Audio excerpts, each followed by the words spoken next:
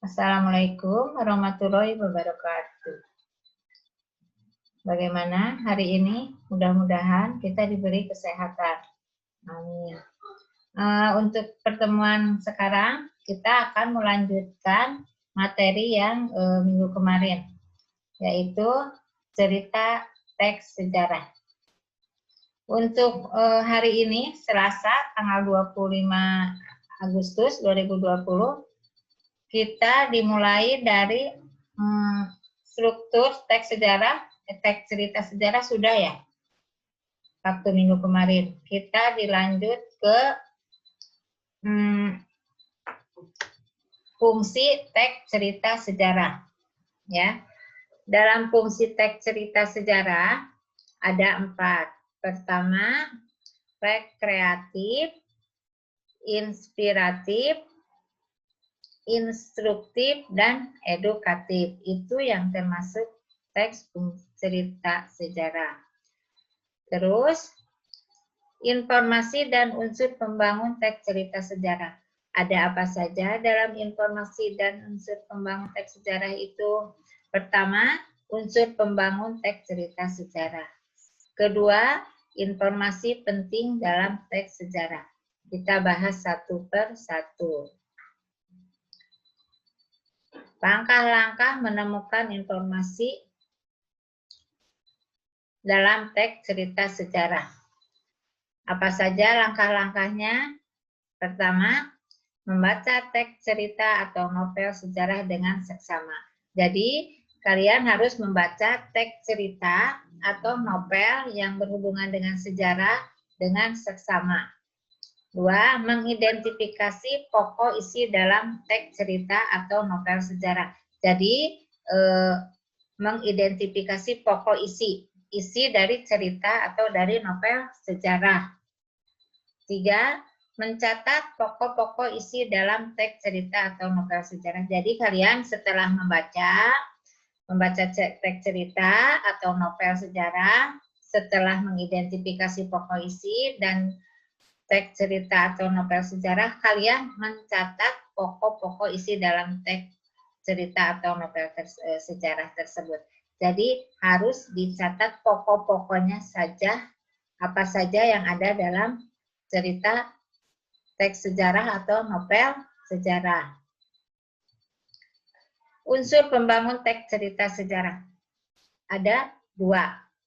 Unsur pembangunnya yaitu intrinsik dan ekstrinsik. Apa saja yang termasuk unsur intrinsik? Seperti unsur intrinsik, tema, amanat, tokoh atau penokohan, sudut pandang, latar, dan alur. Nah, ini unsur intrinsik ini teks cerita sejarah hampir sama dengan unsur intrinsik novel atau juga unsur intrinsik cerpen, cerita pendek, tema, amanat, tokoh atau penokohan. Tokohnya siapa, penokohan wataknya seperti apa. Sudut pandang sebagai apa, latarnya di mana, alur itu ada 3, alur maju, alur mundur, dan alur campuran. Terus unsur ekstrinsik, kebesaran pemerintahan. Dalam cerita teks sejarah ada tidak kebesaran pemerintahan? Corak penceritaan, unsur keagamaan, unsur politik, unsur ekonomi, dan unsur sosial.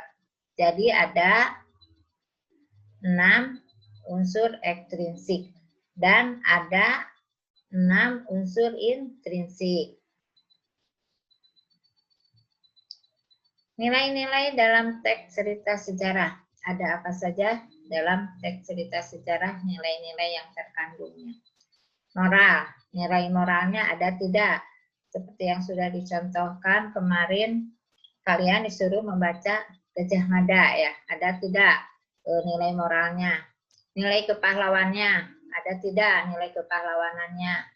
Religius, budaya, dan sosial. Ciri kebahasaan teks cerita sejarah.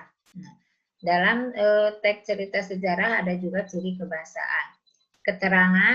Keterangannya itu ada apa? Keterangan waktu, tempat, dan suasana, kata sifat, majas juga, dan bahasa kias. Bahasa kias juga ada ya.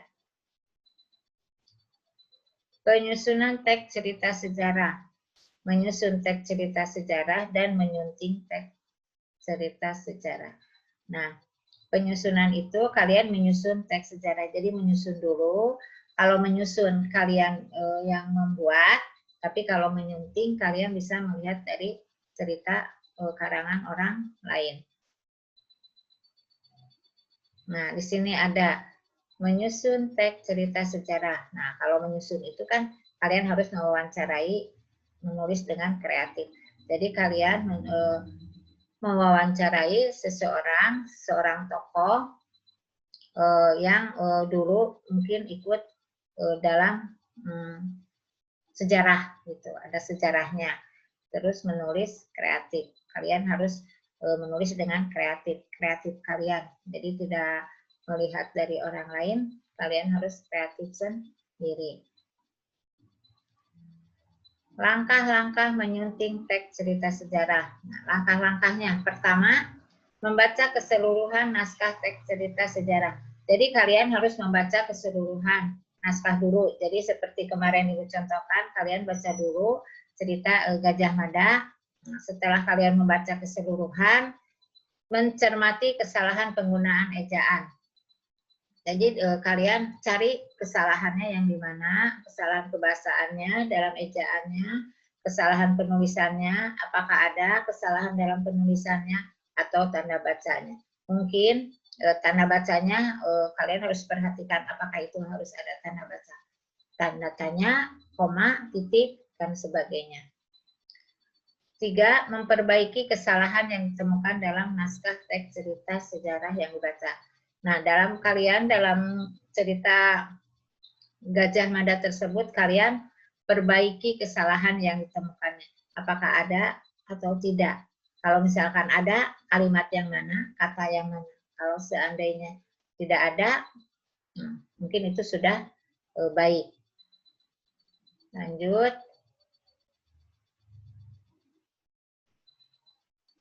Sudah ya?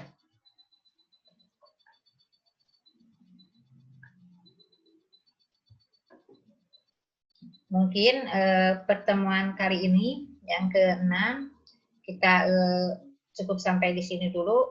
Untuk minggu depan kita akan ke materi yang bab 3 yang selanjutnya. Assalamualaikum warahmatullahi wabarakatuh.